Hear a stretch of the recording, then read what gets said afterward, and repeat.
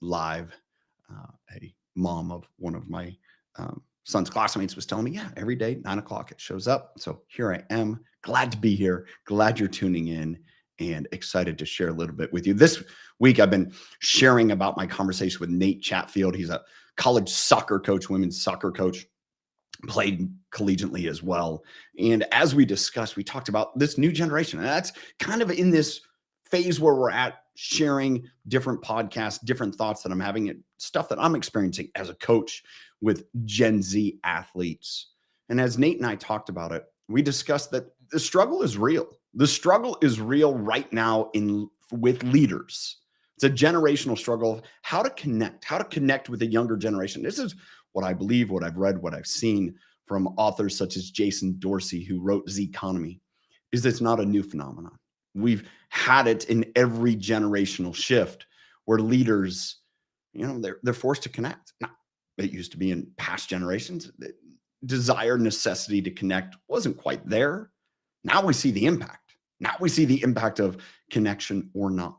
The struggle is real. And this is my thought of the day today. Discuss a little bit more. The number one mission of a leader must be to connect with those they desire to influence. If I really, John Maxwell, he says leadership is influence.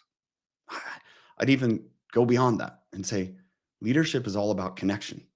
Because you can't possibly influence until you connect.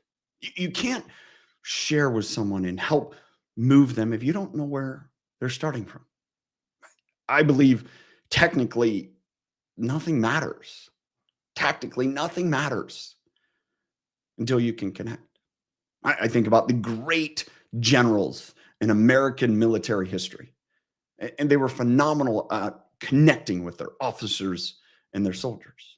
The only possible way to accomplish a mission is by connecting. The great coaches, John Wooden, he's one of the best. It was all about connection. It wasn't about the X's and O's on the court. Yeah, that was important. But man, it was about connecting first. It was about building the blocks. And, John's famous pyramid, the number one mission, the number one thing. If you're doing nothing else as a leader but connecting, you're going to influence people. Absolutely. You can't help not to. Now, after connection, there's got to be consistency. There's got to be direction.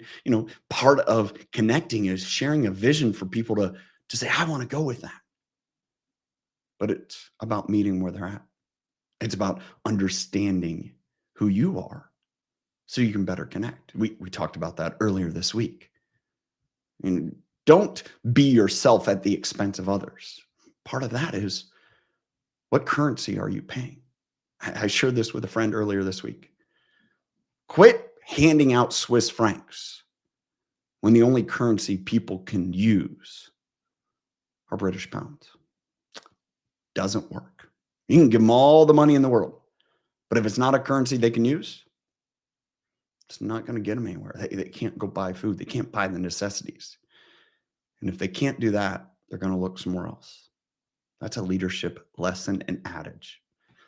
Hope you guys tune into the podcast. Watch it here, wherever you're watching, or listen to it, Spotify, iTunes, wherever you listen to podcasts. Thanks for being here with me this week. And as always, if you're watching in, live, recorded, whatever, say hi. Love to know.